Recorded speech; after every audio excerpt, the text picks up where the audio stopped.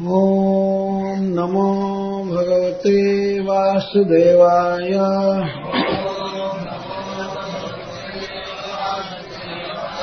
श्रीशुक उवाच। वचो निशम्य नन्दस्य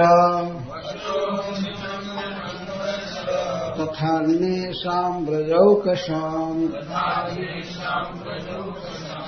इन्द्राय मन्युं जनयन् पितरं प्राह केशवः।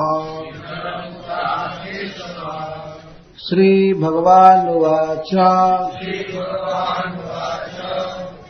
कर्मणा जायते जन्तुः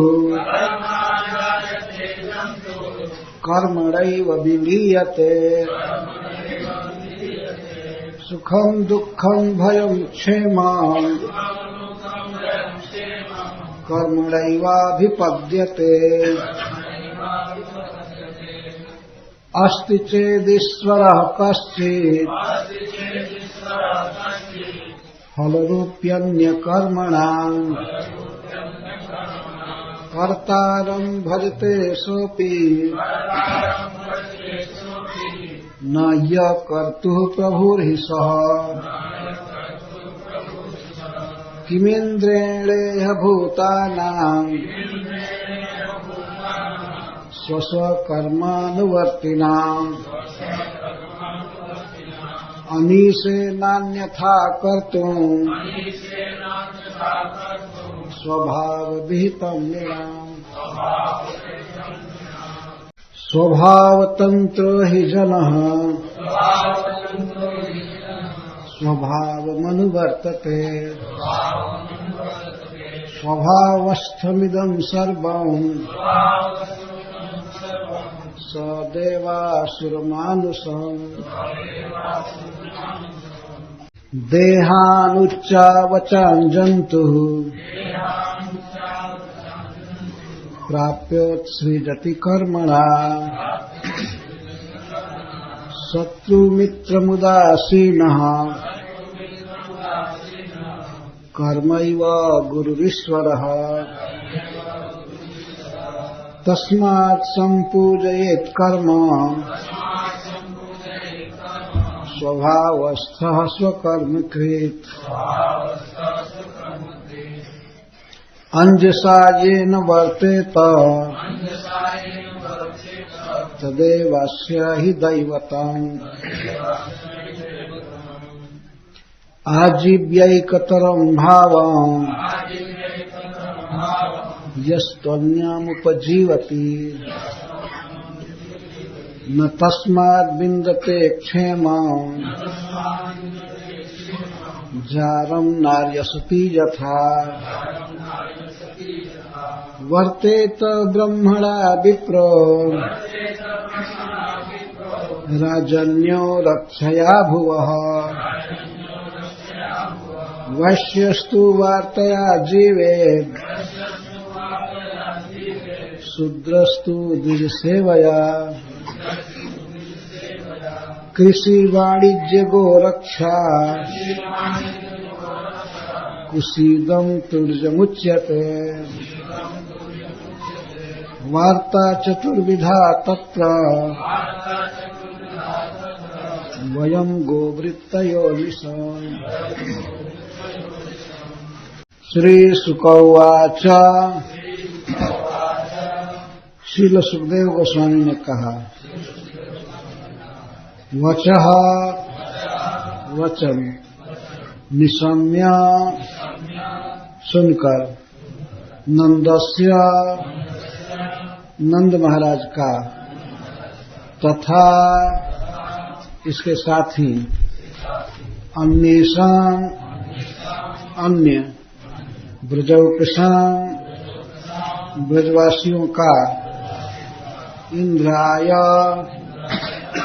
इंद्र को मन्यु क्रोध जनयान उत्पन्न करने के लिए पितरं अपने पिता श्री नंद महाराज से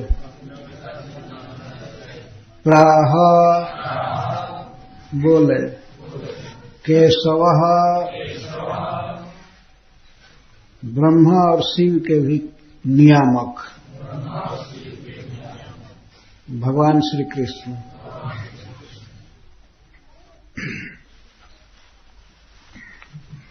तो सवेरे चर्चा चल रही थी, भगवान ने पूछा कि यज्ञ किसके लिए हो रहा है, इसका फल क्या है और इसमें कौन कौन सामग्रियां लगती हैं। श्री नंद बाबा उत्तर दिए।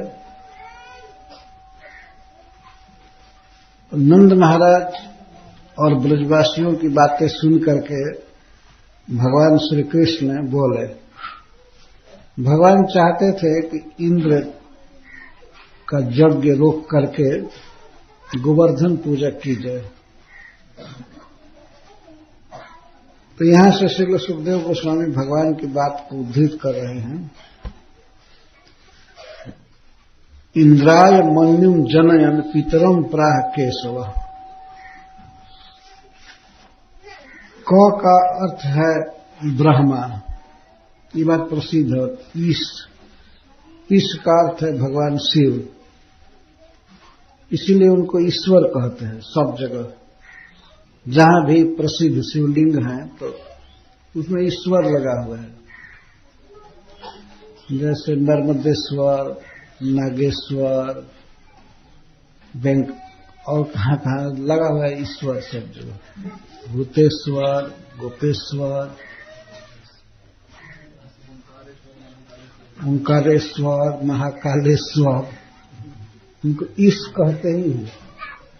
कंट्रोलर हैं इस संसार के, सबको नियमन में रखते हैं। प्रलय के मिनिस्टर हैं वे, प्रलय मंत्री।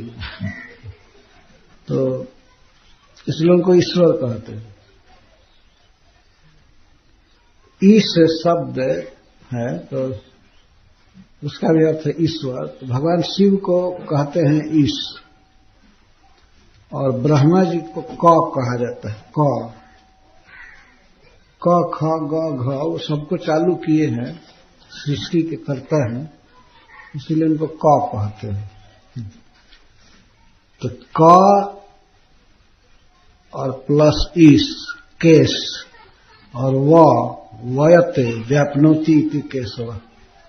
जो क को और ईश को, ब्रह्मा जी को और शिव को अपने वश में रखें, अपनी महिमा से उनके महिमा को दबा दे, जो दोनों से बढ़ करके हैं, जो दोनों को नियुक्त करते हैं, एक को सृष्टि करने के लिए और एक को पालन के लिए, और अपने आप एक को सृष्टि करने के लिए और एक को प्रलय करने के लिए। इसीलिए भगवान को केशव कहा जाता है। तो जब ये ब्रह्मा और शिव के नियामक है, तो इंद्र किस गली के हैं, क्या इनकी औकात है? इसके द्वारा श्री सुखदेव गोस्वामी भगवान के सामर्थ्य का वर्णन कर रहे हैं। जो ब्रह्मा और शिव के ईश्वर हैं, तो फिर अन्य जीवों के लिए क्या कहना। ऐसे श्री भगवान चाहते थे इंद्र का गर्व दूर करना। इंद्र गर्व के पर्वत पर चढ़े हुए थे, वहां से उनको उतारना चाहते थे।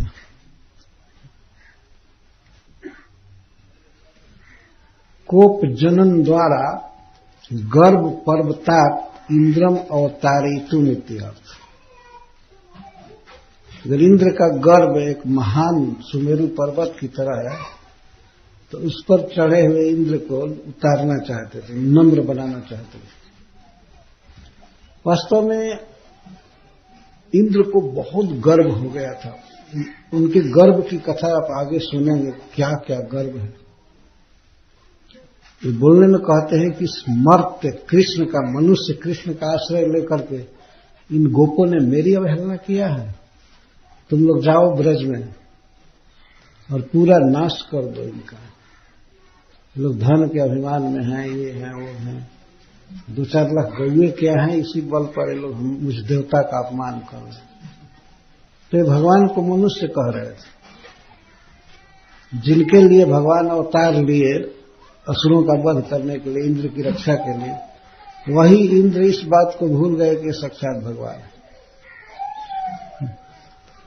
भगवान की माया बहुत प्रबल है, उनकी शक्ति प्रबल है। कब किसकी चेतना कैसी हो जाएगी इसको कहना बहुत कठिन है।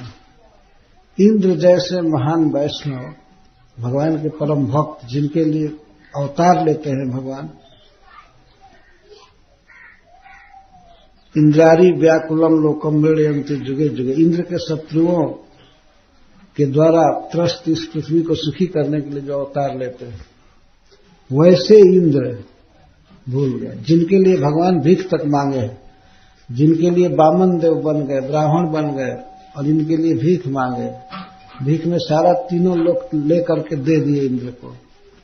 और ऐसे इंद्र इतना भूल सकते हैं, या तो भगवान चाहते होंगे कि ये हो जाए, भूल जाए हमको, ये जो भी हो भगवान की माया शक्ति की चपेट में है वे भूल गए और भगवान के भक्तों से, खास भगवान के पिता से और उनके संबंधियों से पूजा ले रहे थे।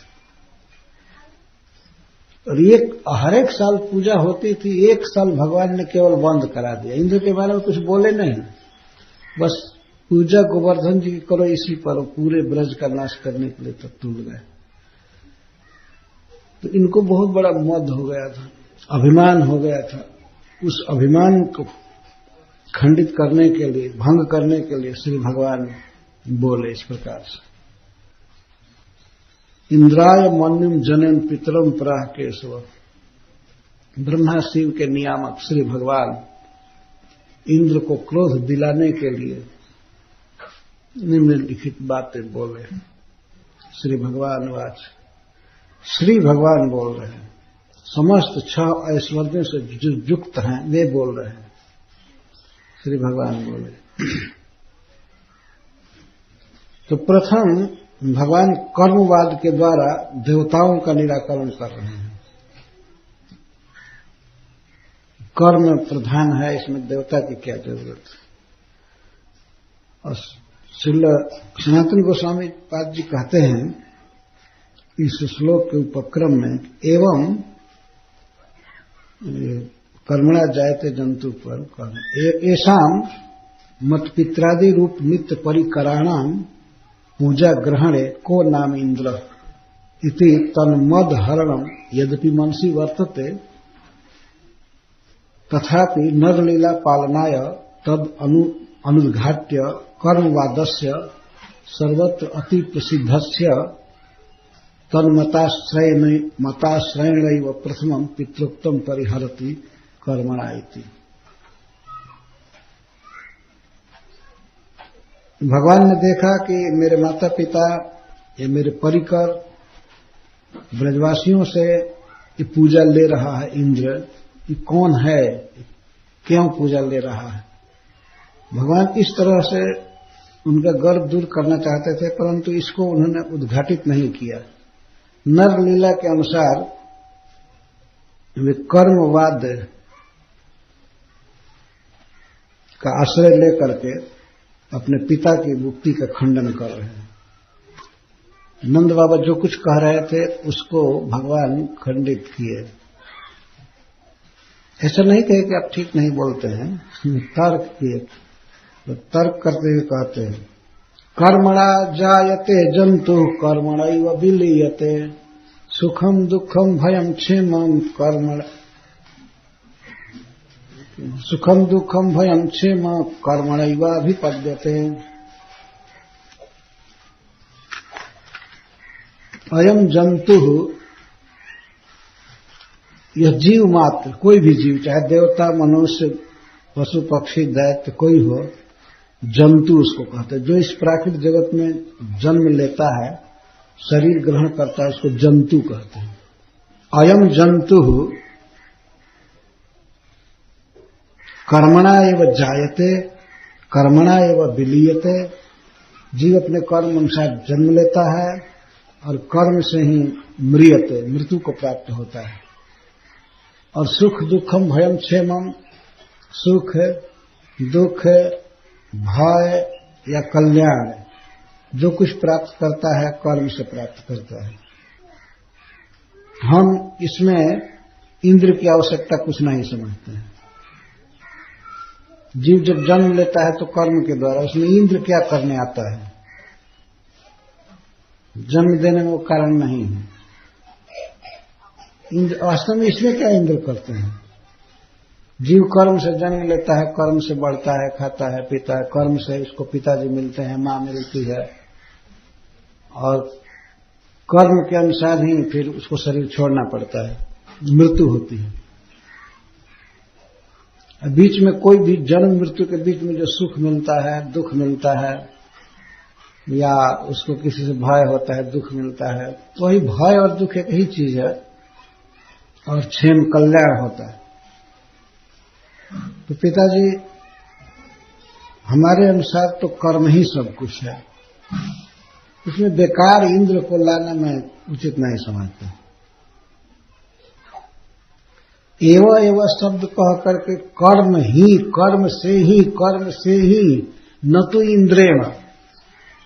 जीव के जन्म में कारण कर्म है, मरने में कारण कर्म है, सुख में, दुख में, भय में, कल्याण में, क्षेम में कर्म कारण है।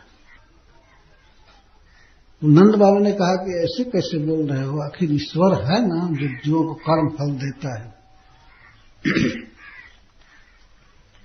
तो भगवान कहते हैं आप कहते हैं तो हम मान लेते हैं। अच्छा, ईश्वर है, इंद्र को लक्ष्य करता है। अस्ति चेद ईश्वर कश्चित फल रूप्यन्य कर्मणाम कर्तारम भजते सोपि न यह कर्तु प्रभु ईश्वर। नंद बाबा ने कहा कि बेटा ये जड़ कर्म से फल कैसे सिद्धि होगी, ये फल नहीं दे सकता है। कर्म फलदाता ईश्वर तो होना ही चाहिए, ईश्वर की अपेक्षा है। भगवान एकाएक कैसे कहते कि ईश्वर है ही नहीं, तो मध्यम मार्ग निकालते हैं। पिताजी अन्य कर्मणाम फल रूपी कश्चित ईश्वर चेत यदि अस्ति, यदि मान लीजिए कुछ लोगों का मत है कि ईश्वर है जो सभी जीवों के, मनुष्यों के कर्म फल का दाता है, तो ईश्वर है।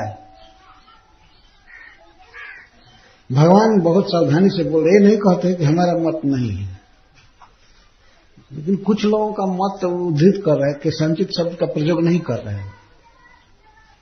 यदि अन्यों के कर्म फल का दाता यदि कोई ईश्वर है, यदि है,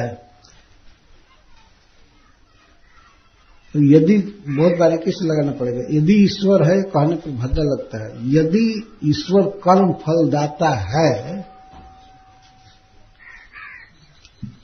यदि कहाँ लगाएंगे, बड़े सावधान रहने की जरूरत है। अच्छा, केशांचित मतम तथा, ये अवश्य कि ईश्वर है। यदि ईश्वर है और अन्य कर्मणा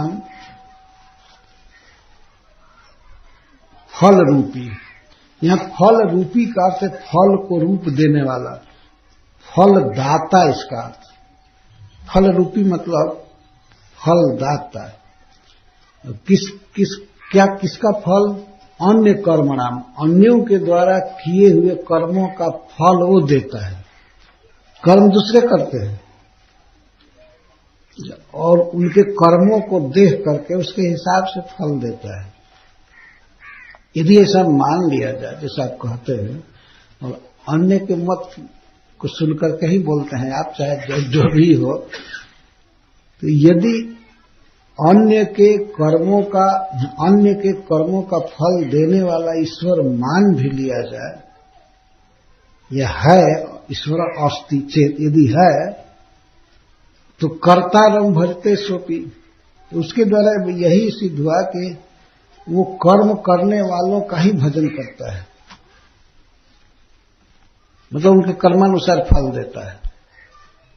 कर्तारम भजते, भजन का यहाँ अर्थ ऐसा नहीं, ये भजन नहीं हुआ। भजन का अर्थ है कि उसको फॉलो करता है, कर्म देखता है कि कैसे कैसे कर्म किया, उसके अनुसार फल देता है। तो कर्म करने वालों को फल देता है, अच्छा कर्म करे कोई या बुरा कर्म करे उसको फल देता है। तो अकर्तु प्रभु ही न सब, तो वह कर्म करने वालों का मालिक है, लेकिन कर्म नहीं करने वाले का तो प्रभु नहीं है, उसको तो कुछ न देगा न लेगा।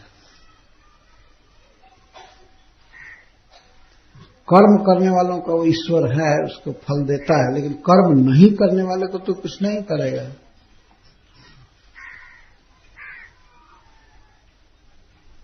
तो भगवान के कहने का से तो उसके अलावा ईश्वर कौन है? कोई और ईश्वर है ना। कर्म फल देने वाला ईश्वर है तो कर्म करने वालों को फल दे सकता है, और कर्म नहीं करने वालों को कुछ नहीं दे सकता है। जो किसी डिपार्टमेंट में कोई कर्म करता है, नौकरी करता है, तो उसको वेतन मान लीजिए कोई ऑफिसर देता है, तो कर्म करने वाले को ही वेतन देगा ना, नहीं करने वालों को देने की शक्ति उसमें नहीं है। किसी को नहीं दे सकता है। तो वह एक प्रकार से सोपाधिक ईश्वर है। कुछ लोगों के लिए ईश्वर है, कुछ लोगों के लिए नहीं है। सर्वेश्वर नहीं है।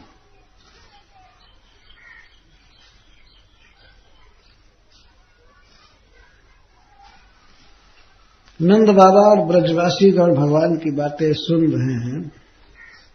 भगवान को किसी तरह से नंद बाबा को पटना है, इतना समर्थ नहीं है कि कृष्ण के बोली में ना आ जाए। पहले यही स्थापित कर रहे हैं कि कर्म ही प्रधान है, अपना कर्म करना चाहिए, किसी ईश्वर के चक्कर में नहीं पड़ना चाहिए।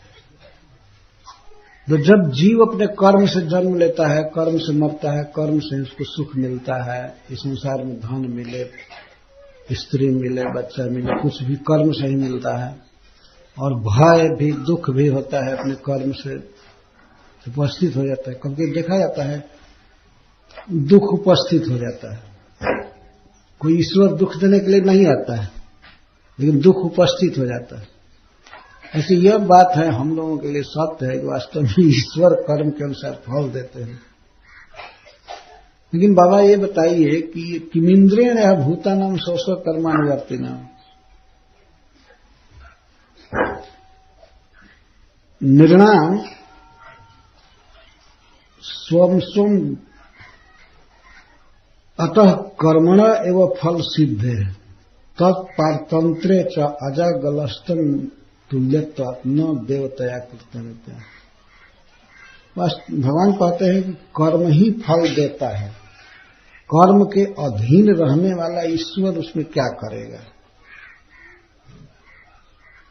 अजागलस्तन तुल्यत्वात् न देवतया कृतज्ञता।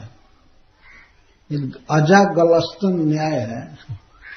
कभी कभी आपने अजा के गले में देखा होगा स्तन, बकरी के गले में भी उसका स्तन कभी कभी दिखाई देता है, अंगुली जैसे, उतना चमड़ा लटका रहता है, लेकिन उससे दूध नहीं निकल सकता है। देखे हैं आप लोग? जो एक देखे हैं समझ सकते हैं।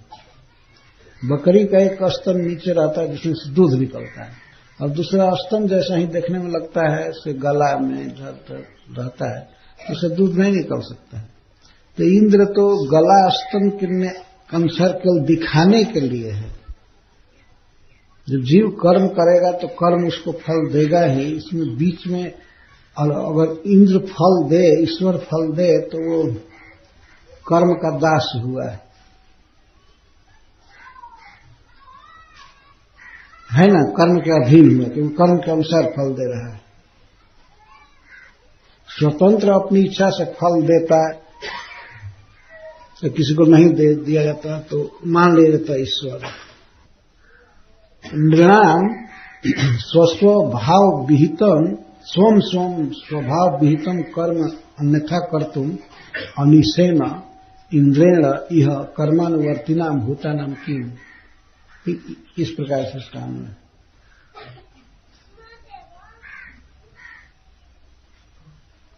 नृणाम शब्द इसीलिए हम दिया गया है, कर्मांतर उपार्जका नाम नृणाम। जीव एक कर्म करता है,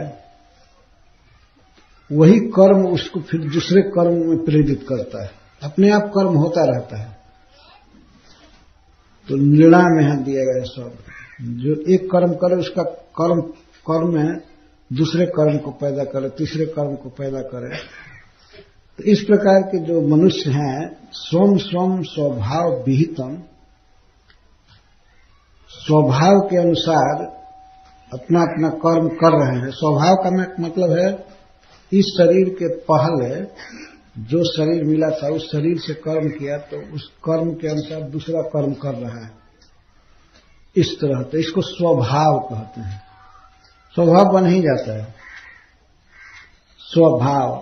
जैसे मछली के बच्चे को तैरने की ट्रेनिंग नहीं दी जाती है, कहीं स्कूल में जाकर के तैरना सीखे, जन्म लेते हैं पानी में ही जन्म होता है, तैरना स्वाभाविक, इसको स्वभाव कहते हैं। आदमी का बच्चा पानी में गिरते ही डूबकर मर जाएगा, और मछली का जन्म ही पानी में होता है, और पानी में जन्म लेते ही बंदर का बच्चा गर्भ से बाहर निकलते ही शाखाओं पर चलने लगता है वृक्ष के। आदमी यदि ऐसा करे, बच्चे को टांगा जाए तो गिर करके तुरंत समाप्त हो जाएगा। इसको स्वभाव कहते हैं। नीम का वृक्ष है, इसका पत्ता खाए तो तीता लगेगा, ये स्वभाव है। पूर्व कर्मों के अनुसार स्वभाव बना, और स्वभाव के अनुसार कर्म होता है, इसको स्वभाव विहित कहते हैं। वेद विहित नहीं, शास्त्र विहित भगवान नहीं कह रहे हैं, स्वभाव विहित। स्वभाव के अनुसार उसके कर्म होते हैं, कर्म के अनुसार फिर फल बनता है, फिर उस फल के अनुसार दूसरा कर्म, कर्म के अनुसार फिर शरीर। तो इस संसार में जितने भी मनुष्य हैं, ये जीव हैं, सभी अपने अपने स्वभाव से विहित कर्म कर रहे हैं। उनके स्वभाव विहित कर्म को अन्यथा कर्तुम अनिशेन, दूसरा कर दे, उसको बदल दे स्वभाव को और कर्म को, और कर्म के अनुसार फल को बदल दे, यह सामर्थ्य इंद्र में नहीं है, अनीश है वे। अन्यथा कर्तुम, यदि किसी को महारोग होने वाला है तो इंद्र उसको अन्यथा नहीं कर सकते, किसी को कुछ मिलने वाला है तो छीन नहीं सकते।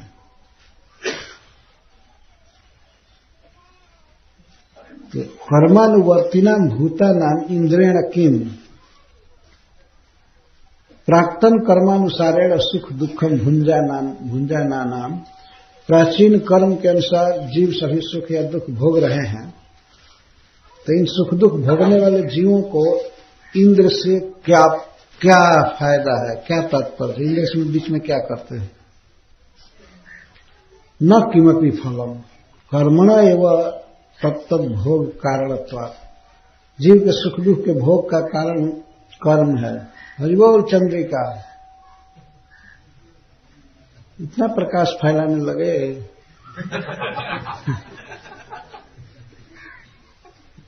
संकोच भी तो होना चाहिए, बैठे हो सभा में, अभी सो रहे हैं। तो भोग का कारण सुख या दुख का कारण कर्म है।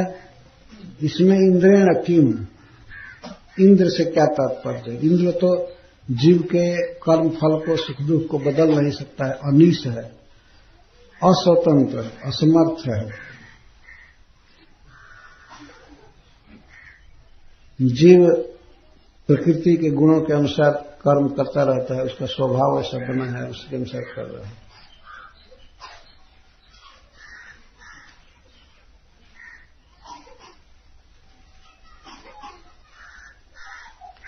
वास्तव में जीव के कर्म जो भी हो रहे हैं, कर्म होते हैं इसलिए कि शरीर में जीव है और चेतना है उसमें। कर्म जितने हो रहे हैं अंतर्जामी परमात्मा कराते हैं। अगर वे न रहे हृदय में तो कोई जीव कुछ भी कर्म नहीं कर सकता है। लेकिन भगवान इसको छिपा कर बोल रहे हैं। अच्छा, ये करे भी कोई तो इंद्र तो ईश्वर नहीं है, उससे क्या मतलब है? सही बात भगवान बोल रहे हैं। अरे ईश्वर कोई है तो हृदय में अंतर्जामी है। अहम आत्मा गुडा के सर्वभूता से स्थित। किसी भी जीव में, मछली हो, बानर हो, मनुष्य हो, कुछ भी हो, अगर परमात्मा हृदय में न रहे तो पलक हिलाने की भी शक्ति नहीं रहेगी, न बोलने की, कुछ काम करने की, न चलने की। वे कंट्रोलर है। सर्वस्व चाहम हृदय सन्निविष्टा मत्तः स्मृति ज्ञानम अपोहनम च, भगवान बोलते हैं। लेकिन इंद्र को बीच में ला करके भगवान बोल रहे हैं। और वो बात सत्य है कि एक बार भागवत में एक बार नहीं कई बार बात कही गई है कि इससे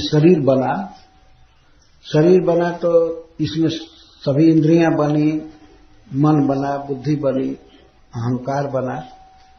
तो वहां के देवता सब प्रवेश कर रहे थे। अग्नि देवता वाणी में प्रवेश किए और इंद्र हाथों में प्रवेश किए, सब प्रवेश किए।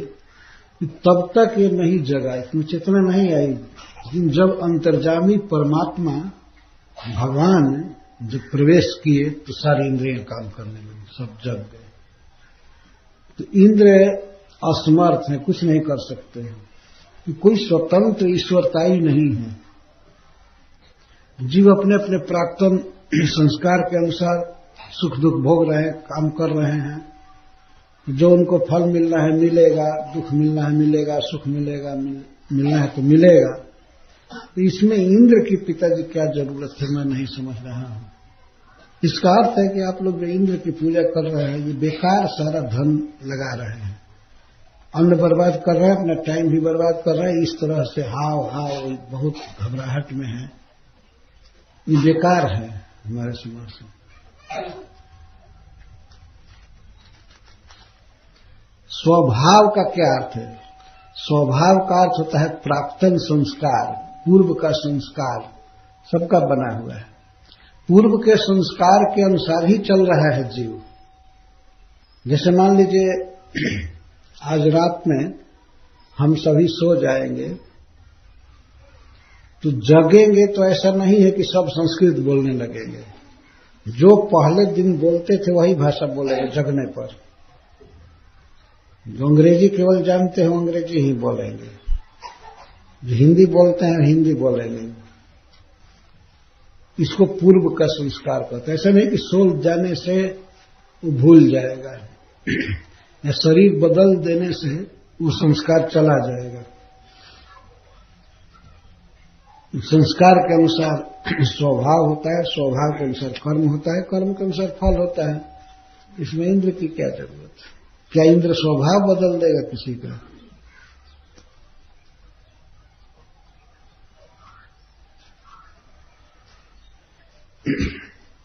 जब नंद बाबा मानो ये कहें कि नहीं, कर्मों में प्रेरित करने वाला अंतर्जामी परमात्मा ईश्वर को अपेक्षित है, तो भगवान इंद्र का नाम रख करके बोल रहे हैं। ठीक है, उसकी आवश्यकता होती होगी किसी अंतर्जामी की, ईश्वर की, लेकिन इंद्र इसमें क्या कर रहा है? तो अपने अपने स्वभाव से सब कर्म कर ही रहे हैं।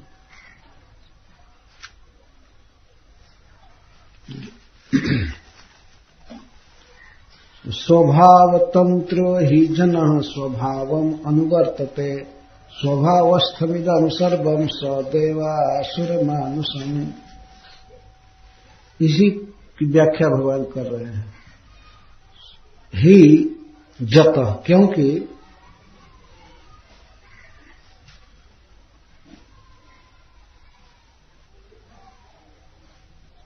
जन स्वभाव तंत्र, सभी जीव स्वभाव के अधीन हैं।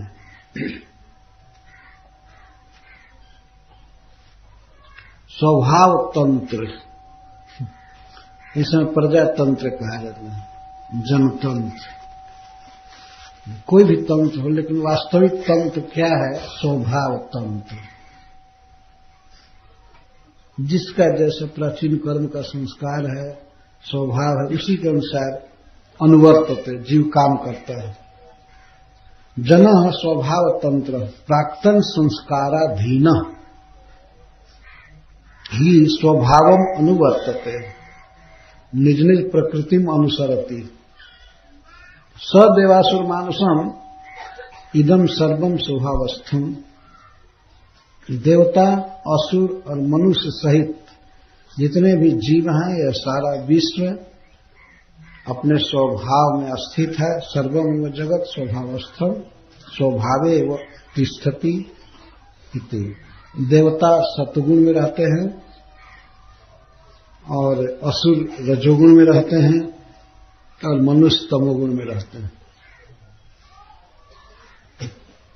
मनुष्यों की स्थिति बहुत बदतर है वास्तव में। मनुष्य तो इतने अज्ञानी हैं कि वो तो ये जानते ही नहीं है कि देवताओं का भी समाज है और वे सुप्रिय जीवन जीते हैं। मनुष्यों से लाखों गुना अधिक उनका उत्कृष्ट जीवन है, उनका शरीर, उनका ज्ञान, उनका खान पान, सब कुछ। लेकिन मनुष्य तो उनको स्वीकार तक नहीं करते कि वे हैं। जैसे सुअर के खभार में, खभार कहते हैं सुअर के वासस्थान को। सुअर जहां रहते हैं जिस घर में, उसी में उनका शौचालय वगैरह सब कुछ रहता है। तो वे जैसे पार्लियामेंट की कल्पना नहीं कर सकते हैं, सोच ही नहीं सकते। बहुत बड़ा संसद भवन है और उसमें बड़े बड़े लोग बैठते हैं, इसकी कल्पना भी नहीं कर सकते। वे जानते हैं कि शुक्रालय ही सब कुछ है, बस यही, इसके अलावा सब कुछ नहीं है। वैसे ही मनुष्य, ये बुद्ध कुछ भी नहीं जानते हैं कि देवताओं का बहुत बड़ा स्टैंडर्ड है, बहुत बड़ा समाज है। ये बस यही शुक्रालय को ही सब कुछ जानते हैं। पटना दिल्ली में घूमो, ये वो कुछ भाषण नेताबाजी बस काफी हो गया, और इसके बाद शरीर छोड़ करके फिर चले जाओ। मनुष्य इतना बड़ा ज्ञानी जीव है, क्या कहा जाए। भागवत में जब कैटेगरी की गई है जीवों की, ब्रह्मा जी ने 10 प्रकार की सृष्टि किया, तो जब मनुष्यों की सृष्टि का वर्णन आया है तो मैत्रेय जी कहते हैं, रजोधिका कर्म परा दुखे च सुखमानी। मनुष्य का स्वभाव बता रहे हैं, रजोधिका, इसमें रजोगुण बहुत होता है। ये काम करो, ये काम करो, ये कमाओ, ये करो। सत्वगुण बिल्कुल नहीं रहता है। और दुखे च सुख मानिना, लोग दुख में ही सुख मानते हैं। है वास्तव में दुख, लेकिन उसी में सुख मानते हैं। दुखे च सुख मानिना, दुख में भी सुख मानते हैं।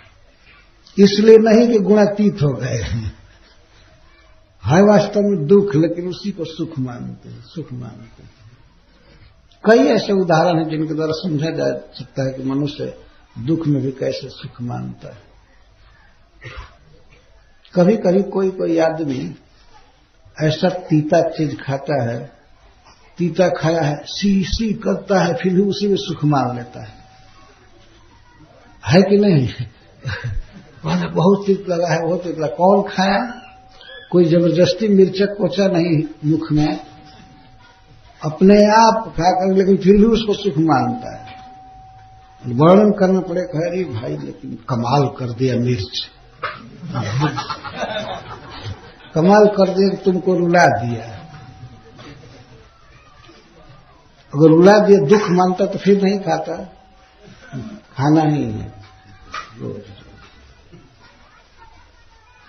धुआं पीना, शराब पीना, नाना प्रकार के गलत काम करता है, दुख होता है, लेकिन सुख मान लेता है।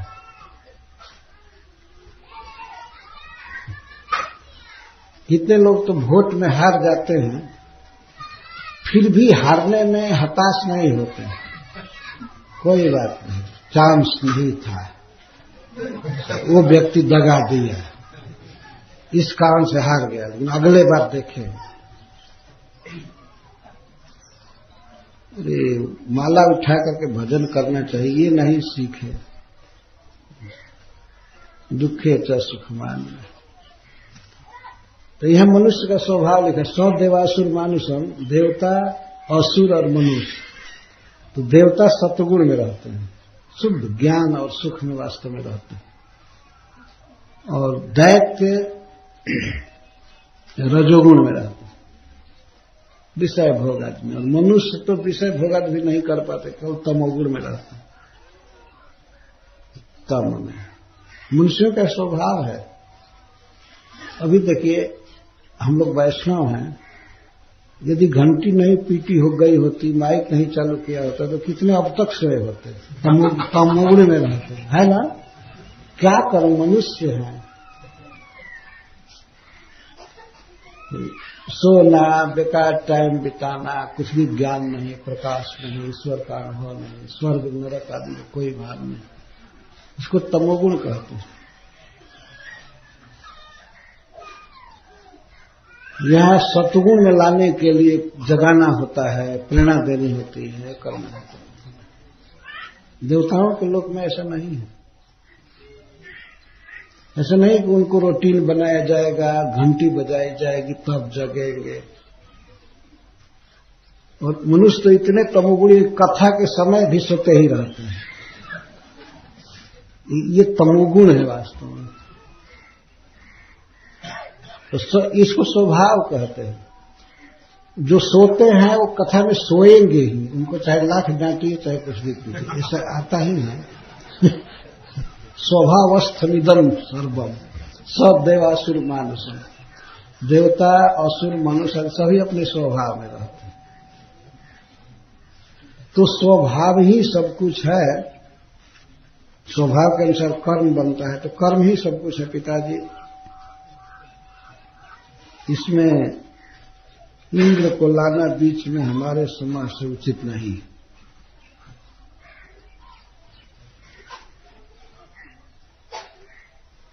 भगवान गीता में कहते हैं स्वभाव के विषय में, न तदस्ति पृथिव्याम वा दिवि देवेषु वा पुनः सत्वं प्रकृतिजैर मुक्तम जदे भी स्यात्रिभिर्गुणे। अर्जुन, इस पृथ्वी में दिवि देवेषु वा या स्वर्ग में देवताओं में भी ऐसा कोई जीव नहीं है जो प्रकृति के तीनों गुणों से बिल्कुल मुक्त हो। भगवान बोल रहे हैं, न तदस्ति सत्व, सत्व माने जीव, ऐसा कोई जीव नहीं है पृथिव्याम व दिवि देवेषु, या देवलोक में देवताओं के समाज में कोई जीव ऐसा नहीं है जो प्रकृति के इन तीन गुणों से बिल्कुल रहित हो। मुक्तम जदे भी स्यात् त्रिभिर्गुणे, ये भी त्रिभी गुणे मुक्त स्यात्, स्वभाव में रहना है। देहान उच्चावचान जंतु प्राप्त सृजति कर्मणा शत्रुर मित्रम उदासीन कर्मैव गुरुरीश्वर। इसलिए स्वभाव के द्वारा संपन्न कर्म ही है सर्व कारण। इसलिए कर्म की ही पूजा करनी चाहिए। कर्मैव पूज्यम इत्यादि। किसी इंद्र के रूप में कल्पित ईश्वर की पूजा नहीं करनी चाहिए। प्रकट जो स्वभाव है, कर्म है, तो कर्म ही पूज्य है, वास्तव में आदरणीय है। इसको बता रहे हैं। जंतु उच्चावचान देहान प्राप्य उत्सृजति। जीव अपने कर्म के अनुसार ही कभी उच्च शरीर पाता है, कभी अवच शरीर पाता है। अवच माने नीच, साधारण। उत्कृष्ट शरीर, देवता का शरीर, अच्छा शरीर, मनुष्यों में भी कोई उत्कृष्ट शरीर, इसको उच्च शरीर कहते हैं। अन्य जीवों की अपेक्षा मनुष्य का शरीर बहुत अच्छा है। जैसे पशु पक्षी हैं, उनके शरीर में चेतना तो है, लेकिन वास्तव में बुद्धि ज्ञान लगभग नहीं के बराबर। तो उन शरीरों से यह शरीर उच्च है, जो बुद्धि है, इसके द्वारा ईश्वर को भी समझा जा सकता है, भगवान को समझा जा सकता है, और भी प्रकृति के भी गुणों को समझने की शक्ति है। प्रकृति को इस्तेमाल करके प्रकृति के कुछ ऐसी प्रकृति की शक्तियां हैं जिनका उपयोग मनुष्य कर लेता है। जैसे यहां से बैठे बैठे कलकत्ता बात कर सकता है, अमेरिका में कर सकता है, ये मनुष्य की बुद्धि की करामात। जो फोन बनाया है, कंप्यूटर बनाया है, वायुयान बनाया है, इतने तेज रफ्तार से सैकड़ों आदमी एक साथ उड़ करके जाते हैं। पंख नहीं है, लेकिन देखिए बुद्धि, ये मनुष्य शरीर की विशेषता है। और दूसरे जीव ऐसा नहीं कर सकते। वानर कूदने में, फानने में तेज है, लेकिन वर्षा होने लगे तो छाता ओढ़ नहीं सकते। छाता रहेगा उसको भी नोच करके फाड़ कर फेंक देंगे, उसको ओढ़ नहीं सकते हैं। एक बार की बात है, वृंदावन में बहुत ठंडा पड़ रहा था, तो मुझे दया आई बानरों के प्रति। वैसे एक थोक में बंद करके जम रहे थे। तो मैं सोचा कम से कम नीचे से तो ठंडा न लगे, संगमरमर के पत्थर पर। मैं पुराना कंबल ले जाकर वहां फैला दिया। तो हमारे जाने से वो लोग हटे तो जहां बैठे थे मैं उसको कर दिया। उसके बाद मैं सोचा कि वो लोग बैठेंगे इस पर लेकिन उस कंबल को उन लोगों ने प्रायः नोच नाच करके फाड़ फूड़ कर फेंक दिया। फिर ठंडे पर हम बैठे फिर ठंडे पर बैठे।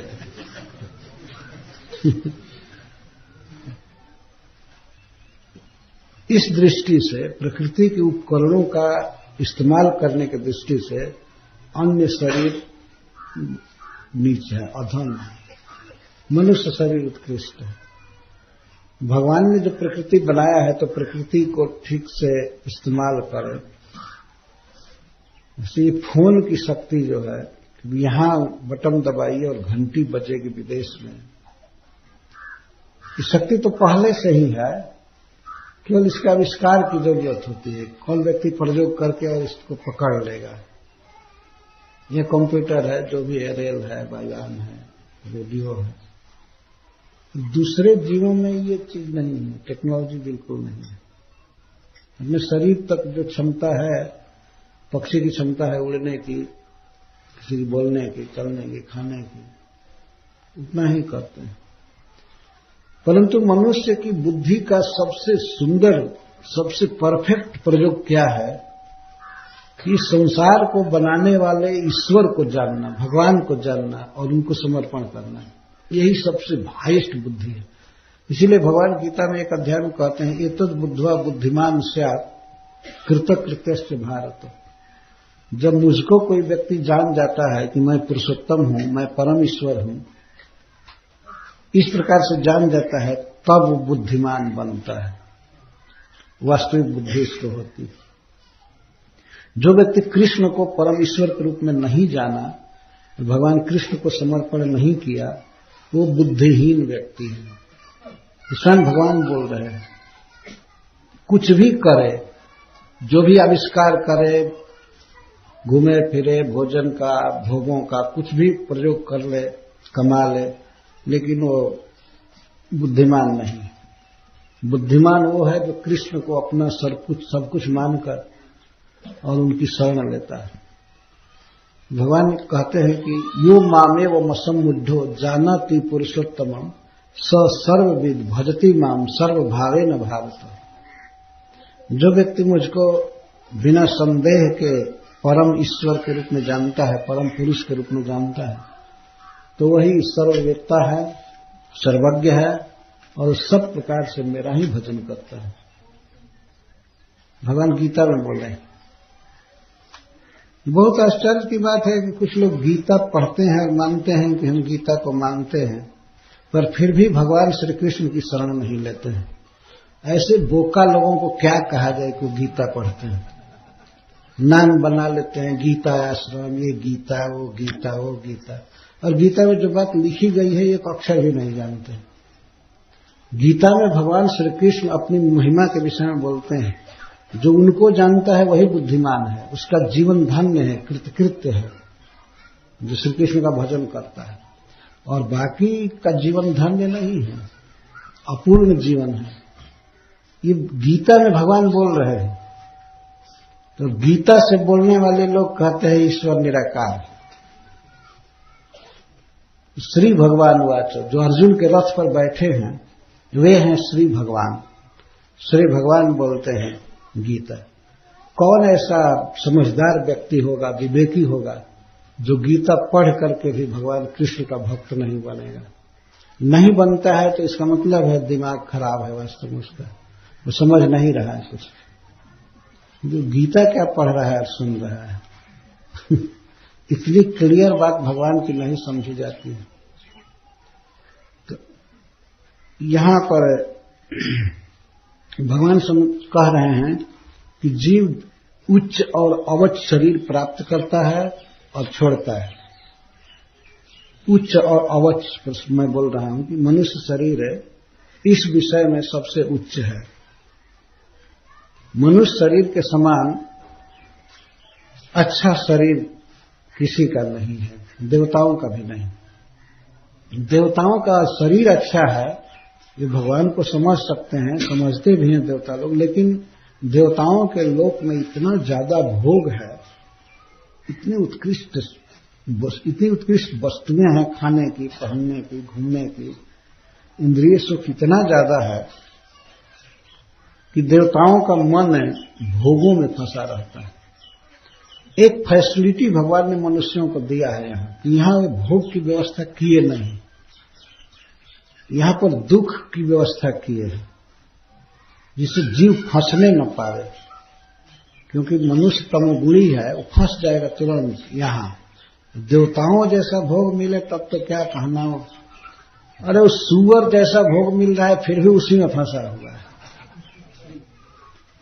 कुछ लोग विदेशों में प्रश्न करते हैं कि भगवान की प्रिय भूमि है भारतवर्ष, भारतवर्ष में जन्म लेना बहुत दुर्लभ है, तो फिर भगवान भारतवर्ष में दुख ज्यादा क्यों दिए हैं?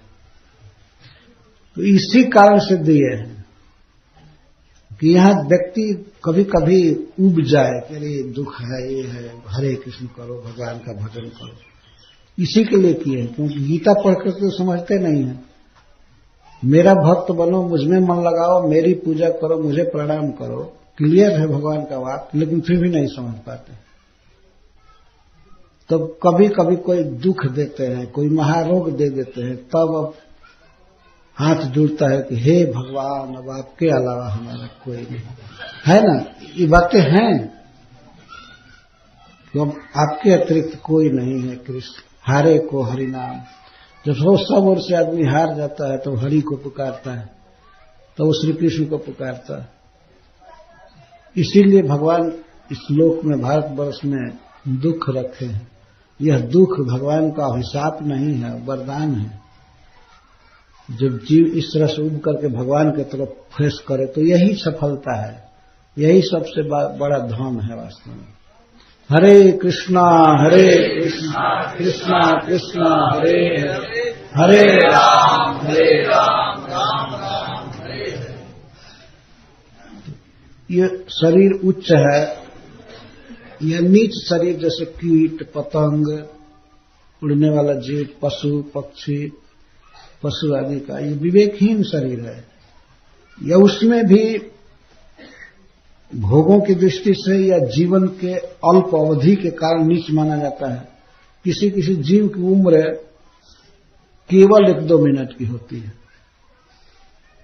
कोई जीव जन्म लेते हैं तो एक दिन में उनका शरीर छूट जाता है और दूसरा शरीर मिलता है, फिर तीसरा मिलता है, तो एक दिन में 10-12 शरीर मिल जाता है। तो मनुष्य तो समझते हैं कि हम बहुत दीर्घायु हैं, लेकिन ब्रह्मा जी आदि की उम्र को देखा जाए तो मनुष्य वही मच्छर की तरह जन्म ले रहे हैं, मर रहे हैं। वो लोग यही देखते हैं। ब्रह्मा जी और देवता भी सोचते क्या मनुष्यों का जीवन है, इतना जल्दी जन्म लेना, मर जाना। लेकिन हम लोग ये सोचते हैं कि हम बहुत लंबी जिंदगी जिए। तो कोई उम्र की दृष्टि से, भोग की दृष्टि से उच्च नीच शरीर सब मिलता रहता है। तो यह जंतु ऊंचा शरीर या नीचा शरीर प्राप्त करता है, फिर उत्सृजति, उसको छोड़ता है। कैसे? कर्मणा, अपने कर्म के अनुसार। तो कर्म ही ऊंचा शरीर देता है, कर्म ही नीचा शरीर देता है, सुख दुख आदि सब कर्म देता है। यहां तक शत्रु मित्रम उदासीन कर्म व गुरु ईश्वर। पिताजी वास्तव में इस संसार में अपना कर्म ही शत्रु है, कर्म ही मित्र है, कर्म ही उदासीन है, और क्या कहें, कर्म ही गुरु है और कर्म ही ईश्वर है।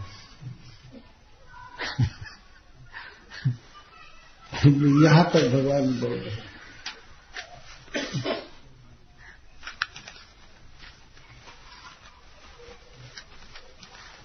इसका मतलब कि कर्म से ही कोई शत्रु होता है, कर्म से ही मित्र बन जाता है, और कर्म से ही उदासीन रहता है। तो कर्म ही ईश्वर है और कर्म ही शत्रु है, कर्म ही मित्र है, कर्म ही उदासीन है, और कर्म ही गुरु है।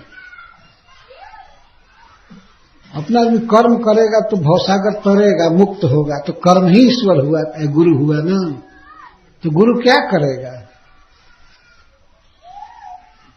ये विचार करने की बात है। कर्म ही किसी को मुक्त करेगा ना। गुरु का काम है कि संसार बंधन से मुक्त करना, ज्ञानोपदेश देना। तो जीव को ज्ञान होता है अपने कर्म से।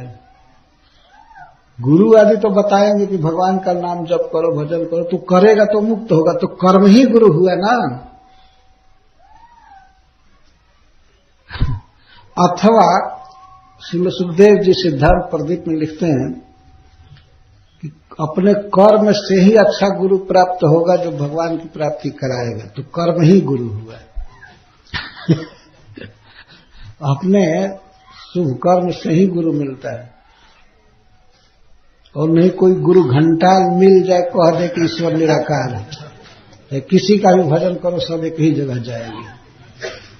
जो यही बताना था, इसको कौन नहीं जानता है बताइए। जो कोई भी रास्ता पकड़ो वहीं जाओगे, तो इसको इसमें फिर गुरु की और रास्ता पूछने वाले की क्या जरूरत है? तो रास्ता जा ही रहा है, कहीं न कहीं जा ही रहा है, कुछ भी खा रहा है, पी रहा है। कुछ ऐसे गुरु मिलते जो कहते कुछ भी खाओ, भजन के साथ भोजन का कोई कनेक्शन नहीं है। कुछ लोग कह देते हैं कि इस कान वाले तो भोजन के विषय में बड़ा स्ट्रिक्ट नियम रखे हैं, प्याज नहीं खाना, लहसुन नहीं खाना, चाय नहीं पीना, ये नहीं करना। वो कहने दो उनको। ये भजन को और भोजन को शांति क्यों है? भोजन अलग चीज है, जो खाने की इच्छा हो खाओ, और बाकी ध्यान लगाओ परमात्मा का। सीधा ऐसे बोलते। तो मूर्ख जनता को बड़ी मनमोहक बात लगती है, आकर्षक। ये गुरु कितने उदार हैं, कुछ भी खाने की छूट दे रहे हैं। और इस कान वाले तो ये बहुत नहीं नहीं करते, ये मत करो, ये मत करो, ये मत करो, ये मत करो, ये मत। भेंट होने पहले ही कहेंगे no meat eating, no meat eating, no gambling, no intoxication और सब। तो ये लोगों को अच्छा नहीं लगता है कि उनको रोका जाए खाने से। मूर्ख जनता है, भेड़िया धसान। एक भेड़ अगर कुएं में कूदे तो दूसरी भेड़ें जो हैं उसके पीछे मुंह नीचे किए कि धड़ाम धड़ाम गिरती है। ऐसे इसको भेड़िया धसान कहते हैं। ये विवेक नहीं है कि वो गिर रहे। मैं अपने आंख से देखा हूं भेड़ों को रेल में कटते हुए। हम लोग आ रहे थे रसंदुआ गांव से निमिया, वहां खड़े हो गए, एक मालगाड़ी आ रही थी। एक कोई भेड़ आगे आगे जा रही थी, बहुत दूर तक नहीं देखती हैं भेड़े, नीचे रहता है सिर। और तो एक भेड़ छट छट कटी कचट कटी तब तक और भेड़े भी उसी में छट पहिए से लग करके लगभग 10-12 कट गए।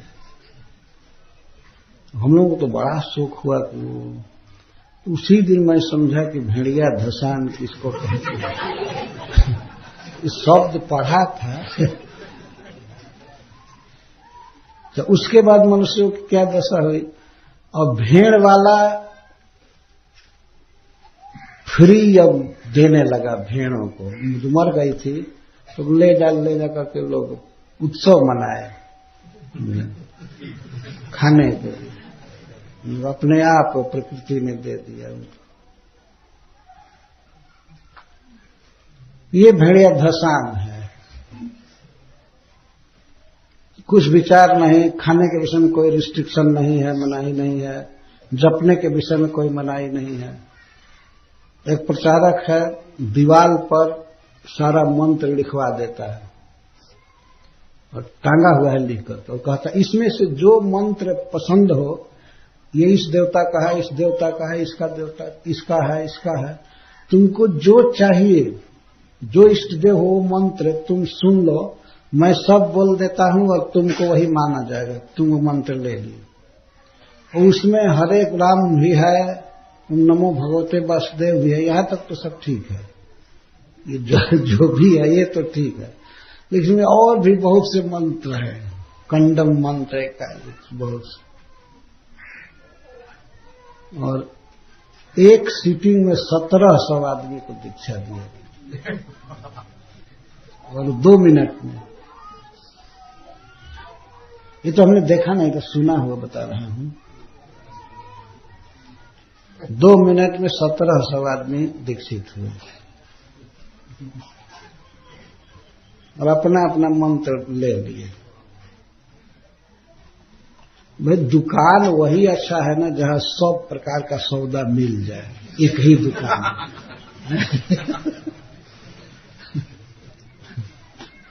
सब सामान रखा हुआ है, जो लेना। ये बोलते भी होंगे इस तरह की बातें, और ये ग्राहक लोग समझते हैं बहुत ठीक दुकान है।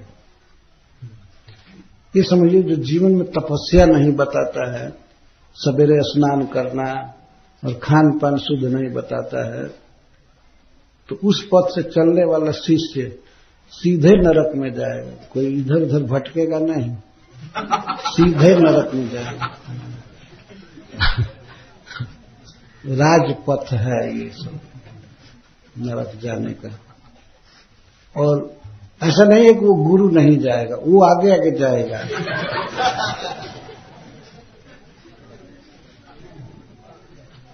गुरु शिष्य बधिर अंध का लेखा, एक न सुनाई एक नहीं देखा। तुलसीदास जी कहते हैं, कालभूषणी जी कहते हैं कि कलयुग में गुरु और चेला कैसे होंगे। गुरु शिष्य बधिर अंध का लेख, गुरु अंधा होगा और शिष्य बहरा होगा। तो आन्हर गुरु बहिर चेला, मांगे गुड़ धरावे ढेला। अंधा गुरु है तो बोलेगा बेटा थोड़ा गुड़ दो पानी पीने के लिए, तो गुड़ तो सुना नहीं। अंधा नहीं है लेकिन सुना नहीं, शिष्य तो सुना नहीं, तो सोचा कि गुरु जी हाथ मलने के लिए ढेला मांग रहे हैं। वो खाने के लिए गुड़ मांगे तो वो ढेला धरा दिया मिट्टी का। ये दशा है। शिष्य तो कुछ देखता है, उसको विश्वास है कि भगवान है, भजन करना चाहिए, लेकिन गुरु जो है तो चौपट है बिल्कुल, वो तो अंधा है वास्तव में। हम लोग देखते हैं इस बात को।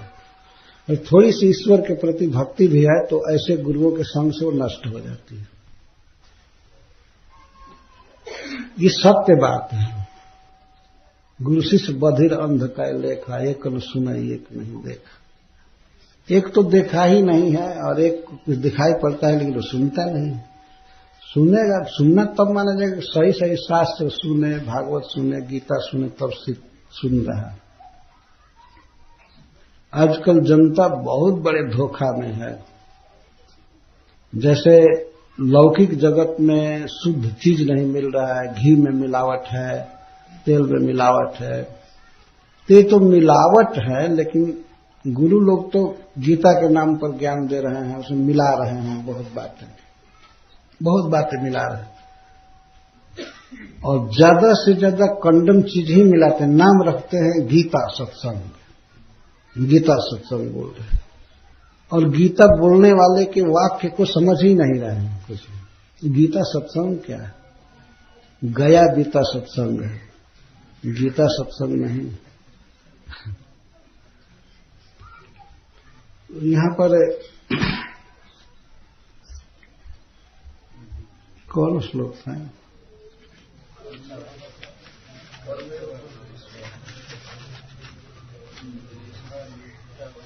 देहानुचावचान जंतु प्राप्यत सृजति कर्मणा शत्रु मित्रम उदासीन कर्मैव गुरुईश्वर।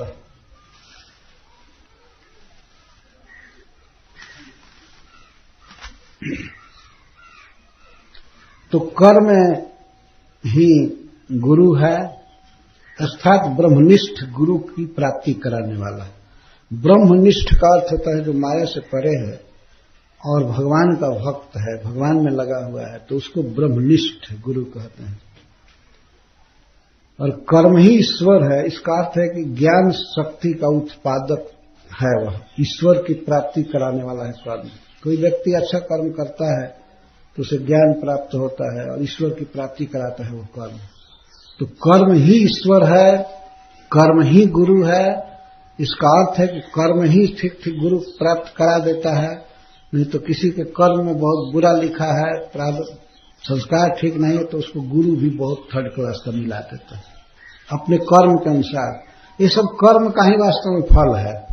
गुरु मिलना और ईश्वर की प्राप्ति होना, ये कर्म पर ही निर्भर है। कभी कभी लोग कहते हैं कि गुरु मिल जाए तो गुरु सीधे भगवान से जोड़ देगा। ऐसी बात है नहीं। गुरु कुछ उपाय बताता है, कर्म करने के लिए कहता है, कर्म करने के लिए कहता है कि ये भजन करो, ये करो, ये करो। तो वो कर्म करता है तो उस कर्म से वो व्यक्ति अपने जीवन का पुरुषार्थ पा जाता है। अन्यथा गुरु क्या करेगा? गुरु मान लीजिए मंत्र दिया, तो मंत्र का जप कौन करेगा? गुरु। रोज 16 माला सबके लिए वो पूरा करे, अपना पूरा करना ही कठिन है कि नहीं? तो वो मंत्र देगा ना, वो रास्ता बता देगा, चलने के लिए कहेगा ये रास्ता जाएगा, लेकिन वो चल करके खुद नहीं जाएगा शिष्य के बदले। तो करना पड़ता है। इसीलिए इस श्लोक में भगवान कह रहे हैं कर्म ही गुरु है और कर्म ही ईश्वर है। ईश्वर का मतलब यहां है कि ईश्वर की प्राप्ति कराने वाला कर्म ही है। कर्म ही ईश्वर है, कर्म ही गुरु है, कर्म ही मित्र है, सहायता करने वाला।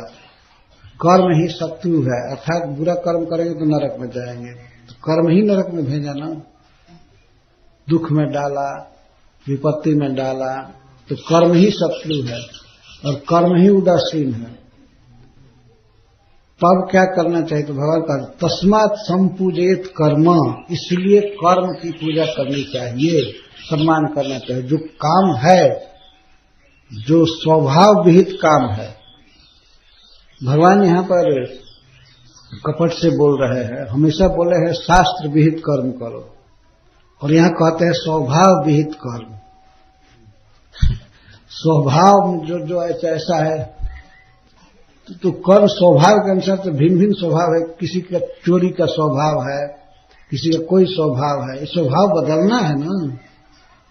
तो भगवान कह रहे जो स्वभाव में हो वो कर्म करना चाहिए, कर्म की पूजा करनी चाहिए। कर्म ही पूजा है, भगवान यही बता रहे हैं। तस्मात् संपूजयेत कर्म,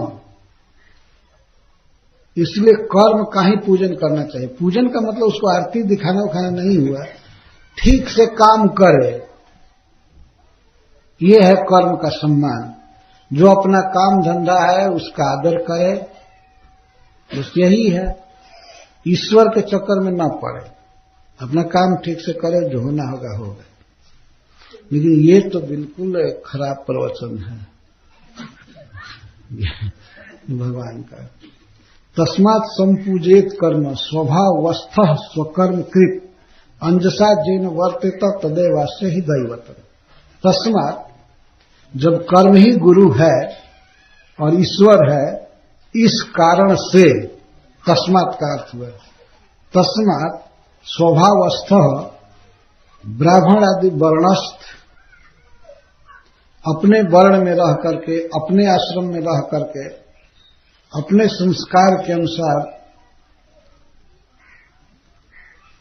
जो कर्म उसका स्वभाव होता है उसमें रह करके स्वकर्म कृत स्वस्वविहित कर्म करते हुए जन कर्म संपूजयेत, अपने कर्म की ही पूजा करे। जिस काम से वो जी रहा है, उसकी जीविका चल रही है, उसी का पूजन करे, उसी का आदर करे। ही क्योंकि ही का अर्थ क्योंकि जतः जेन अंजसा यह वर्तेत अस्य जनस्य तदेव कर्म एवं दैवतम। जिस कर्म से आदमी जी रहा है, खा रहा है, घर द्वार आबाद है, सब जिस काम से आसानी से जी रहा है वह उसके लिए वही दैवतम है, वही देवता है। पूजा उसी की करनी चाहिए। वो कर्म ही देवता है, कर्म ही पूजा है। यह भी भगवान कृष्ण के द्वारा ही प्रचार है। जिस काम से जो जी रहा है आसानी से, वही उसके लिए पूजा है। तो यहां पर एक प्रश्न उठता था। एक बार एक व्यक्ति ने पूछा था हमसे, हमारा जो चोरी करके जी रहा है तो वही उसके लिए देवता है, वही करे। तो हमने इसको कहा था कि नहीं, भगवान अंजसा शब्द लगा रहे हैं। अंजसा का अर्थ होता है आसानी। आसानी का अर्थ है नियम के अनुसार, ऐसे विढंगा नहीं कि कुछ भी करे। मांस काट काट कर बेचे, कहे कि यही हमारा स्वाभाविक काम है, इसी से हम जी रहे हैं। अंजसा का अर्थ होता है लीगल, शास्त्र मर्यादा से, सुगमता से, जिससे जी जाए, जिए आदमी, वह कर्म ही उसके लिए देवता है, दैवतम। उसी की पूजा करे, सम्मान करे। तस्मात् संपूजेत कर्म स्वभावस्थ स्वकर्म कृत अंजसा जेन वर्तेत तदेवास्य ही दैवतम। उसके लिए वही देवता है। अलग से कोई देवता पूजने की जरूरत नहीं है। इस बात को लोग सुनेंगे तो बहुत तरह का अर्थ कर सकते हैं। वास्तव में संसार में बहुत सावधान भी होना चाहिए कि शास्त्र का प्रवचन कैसे किया जाए। समझने वाले में सब में योग्यता नहीं होती है, तो वे विढंगा समझ लेते हैं। एक बार एक रामायण की कथा कह रहे थे। एक रामायणी जी थे, नहीं कथा नहीं कह रहे थे। दो व्यक्ति ट्रेन में जा रहे थे, तो ट्रेन में जा रहे थे, कहाँ थे मुझे पूरा ध्यान नहीं है कि हुई है सोई जो राम रचि राखा को करी तरक बढ़ावे साख। हुई है सोई जो राम रचि राखा को करी तरक बढ़ावे साख। भगवान शिव समझा रहे थे अपनी पत्नी को कि श्री राम साक्षात भगवान हैं, पृथ्वी का भार दूर करने के लिए मनुष्य लीला कर रहे हैं। ये सीता जी की खोज कर रहे हैं तो ऐसा मत समझो कि अज्ञानी हैं, प्रभु लीला कर रहे हैं। लेकिन सती जी को कितना भी वो समझा रहे थे, वो समझ नहीं रहे थे, बल्कि तर्क कर रहे थे। जो एक हरिण को पकड़ने के लिए अपनी पत्नी के कहने से चल दिया, वो भगवान हो गया। जो वन वन में रो रो करके स्त्री को खोज रहा है, तो उसका ज्ञान कहाँ है? भगवान होता तो रोते हुए खोजता है। आप हमको सिखा रहे हैं। शिव जी बार बार समझा रहे थे, लेकिन लागनूर उपदेश यद्यपि कहेऊ,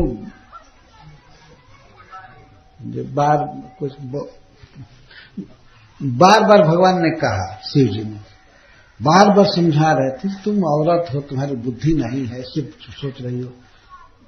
मैं जिनकी कथा सुनने गया अगस्त जी के यहाँ, वो कथा सुनाए, मैं भक्ति रसामृत सिंधु का उपदेश किया, सब किया, वही प्रभु हैं, वही लीला कर रहे हैं। तो कहती है, लीला क्या मैं आंख से देख रही हूं। जो पेड़ से पूछ रहा है, लता से पूछ रहा है, वो सर्वज्ञ ईश्वर कैसे हो सकता है? आप देखे ना, पत्थर से पूछ रहा है कि हमारी प्रिया को देखे हो, हरिण से पूछ रहा है, भौरा से पूछ रहा है, देखे ना। भगवान शिव एकदम हार गए। अंत में कहे कि वही है सोई जो राम रचि राखा। लगता है कि भगवान राम कुछ स्पेशल प्लान करके रखे, वही होगा जो राम चाहते हैं। को कभी तर्क बढ़ावे शाखा, अब मैं क्यों तर्क करूं? तर्क करके बहुत बहुत बहस करने से क्या फायदा है?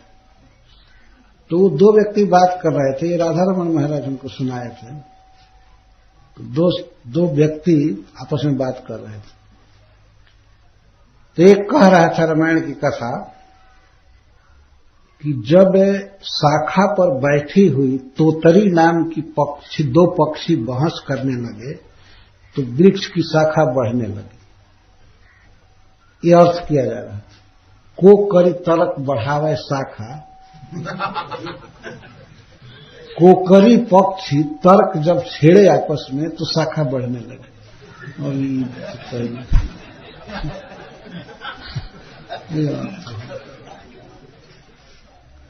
ये रामायण बहुत आसान है,